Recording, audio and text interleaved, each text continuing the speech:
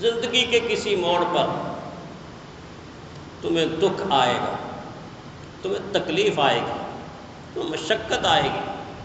ایسا بھی ہو سکتا ہے کہ دکھ نہ آئے، دکھ کی آندیاں تم پر ٹوٹ پڑیں، غم نہ آئے، غم کے پہاڑ تم پر ٹوٹ پڑیں، مصیبت نہ آئے، مصیبت کی یلغار تم پر ہونا شروع ہو جائے، مصائب مصائب، مشقت مشقت، دکھ دکھ، تکلیفیں تکلیفیں، اذیتیں اذیتیں۔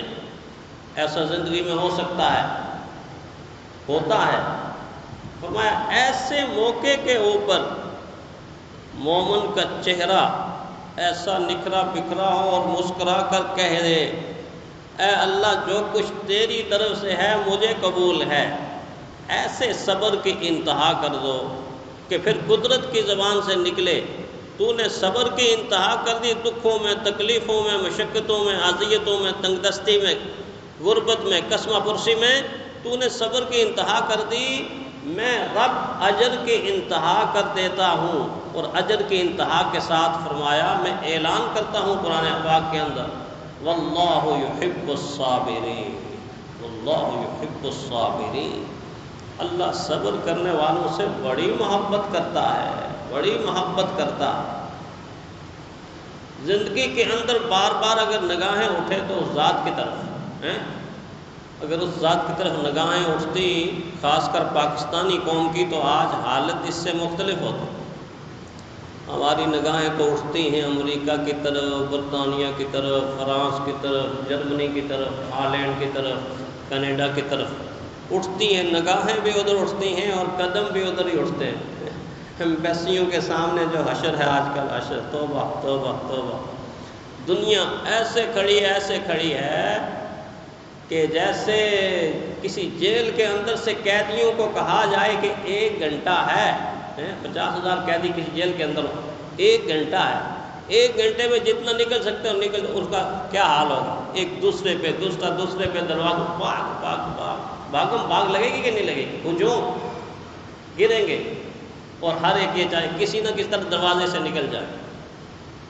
آج وطن عزیز کی صورتحال بھی ہم نے ایسی بنا دی۔ اللہ اس وقت کو آباد کرے، یہ ویران ہوتا جا رہا، اللہ ایسا نہ کرے کہ کبھی ویران ہو جائے، لیکن ہماری نگاہ بھی اٹھتی ہے تو مغرب کی طرف، قدم بھی اٹھتے ہیں تو مغرب کی طرف۔ اللہ کہتے ہیں یار کبھی میرے بندے ادھر بھی قدم اٹھا لیا کرو، ادھر بھی نگاہ کر لیا کرو، بارش والے کی طرح ایسے نگاہ اٹھا کے کچھ بات چیت کرا کرو، گفتگو کرا کرو، اپنا ڈائلاگ کرا کرو، وہ تم سے باتیں کرنے کے لیے تیار ہے، اس پر توکل کر کے تو دیکھو، سارے اسباب تمہاری خدمت پہ لگا دے گا اگر تم اس کے اوپر توکل کرو۔ جتنے اسباب تمہارے طرف چاروں طرف، یہ اسباب نوکر بن جائیں گے، تم مالک بن جاؤ، یہ اسباب تمہاری خدمت کریں گے، تم مخدوم بن جائیں گے، اور پھر انعام کیا؟ ان اللہ یحب المتوکلین، ان اللہ یحب المتوکلین۔ پکی بات ہے کہ اللہ توکل کرنے والوں سے محبت کرتا ہے۔ پھر فرمایا سنتے جاؤ میں کس کس سے محبت کرتا ہوں، اگر چاہتے ہو میں محبت کروں تو پھر یہ صفات۔ فرمایا کرسی کے اوپر بیٹھے ہوئے ہو، منصب کے اوپر بیٹھے ہوئے ہو، تمہارا قلم بڑا نازک قلم ہے، اس قلم کا ایک حرف اور ایک جملہ اگر عدل اور انصاف پر مبنی ہوگا تو وہ ایک جملہ تمہیں اللہ کی جنت کا مالک اور وارث بنا، ایک جملہ۔ اسی لیے کہتے ہیں کہ جج کا قلم، منصف کا قلم، قاضی کا قلم ایک جملہ جب لکھ رہا ہے انصاف اور عدل کے اوپر، فرمایا عابد کی 1000 سال کی عبادت سے اس کا ایک جملہ بھاری ہوتا ہے، ایک جملہ بہتر ہوتا ہے۔ بڑا اونچا مقام ہے، بڑا اونچا مقام ہے۔ اگر قلم کی نوک نہ ٹیڑھی ہو پیسے کی وجہ سے، قلم والا ہاتھ نہ کانپ رہا ہو پیسے کی وجہ سے، ڈالر کی وجہ سے، دولت کی وجہ سے، قلم میں جان ہو، بازو میں جان ہو، دل میں ایمان ہو، ذہن مطمئن ہو، نظر خدا کی طرف ہو، کبھی یہ قلم قاتل کو مظلوم اور مظلوم کو قاتل نہیں لکھے گا، ہمیشہ قاتل کو قاتل لکھے گا، مظلوم کو مظلوم لکھے گا۔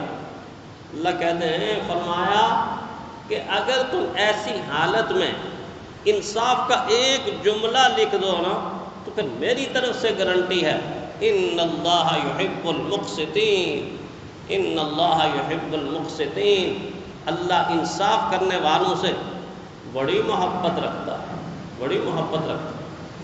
پھر فرمایا کہ کبھی ایسا بھی سوچا کہ جو اس کی پسند ہے اللہ کی پسند وہ میری پسند ہو جائے، اور جو اس کی ناپسند ہے وہ میری ناپسند ہو جائے۔ جب یہ بات دل کے اندر آتی ہے نا پھر انسان کو گناہ چھوڑنا آسان ہو جاتا ہے۔ جب گناہ کو چھوڑتا ہے تو اس کو بہت بڑا اعزاز ملتا ہے، ایک بہت بڑا تمغہ ملتا ہے۔ اس تمغے کو قرآن حکیم نے جگہ جگہ بیان فرمایا کہ یہ وہ انسان ہے جو متقی انسان ہے۔ متقی انسان گناہوں سے بچنے والا، نیکی کو کرنے والا، اللہ سے اچھائی کی امید رکھنے والا، اللہ سے اچھائی کی امید رکھنے والا، یہ وہ انسان ہے کہ جب اپنے اندر یہ صفات پیدا کرتا ہے اللہ کی طرف سے اعلان ہوتا ہے ان اللہ یحب المتقین، اللہ متقی لوگوں کو بہت اللہ متقی لوگوں سے محبت کرتا ہے۔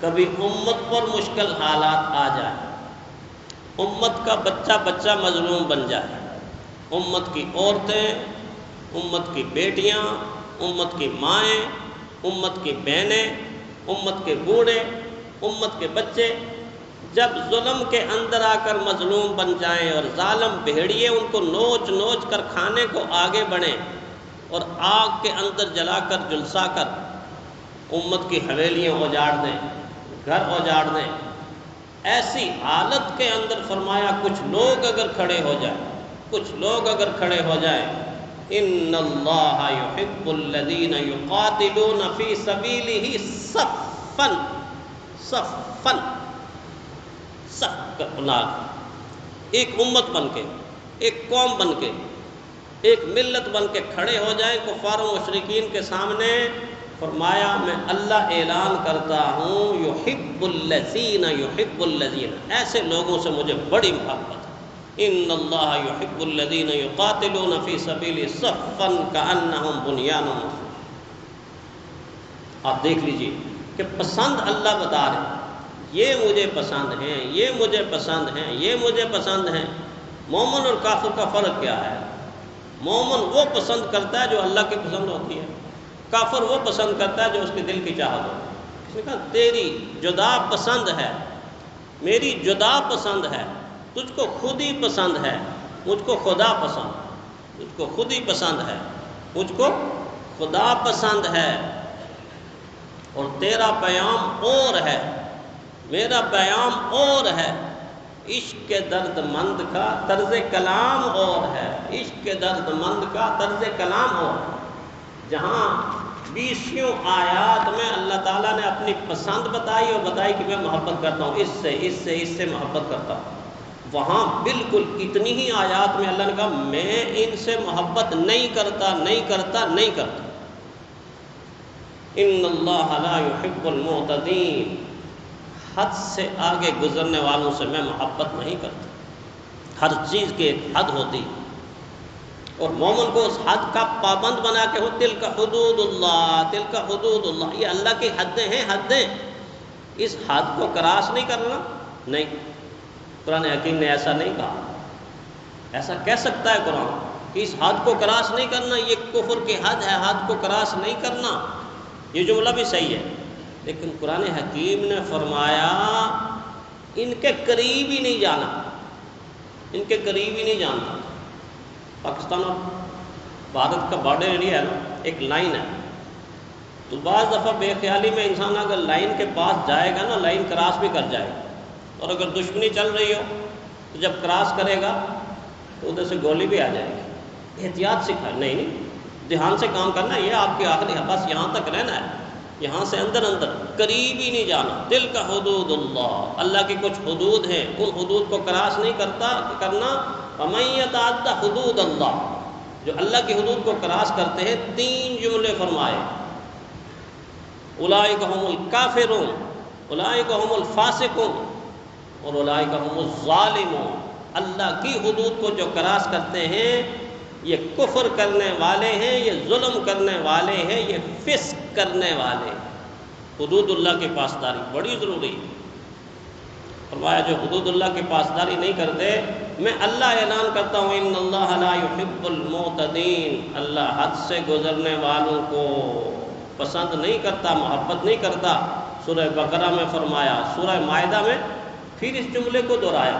خطرہ تھا نا، خطرہ ہے گناہ کی طرف جب انسان جاتا ہے تو حدود اللہ کو کراس کر رہا ہوتا ہے، قدم قدم پر گناہ کا خطرہ تھا۔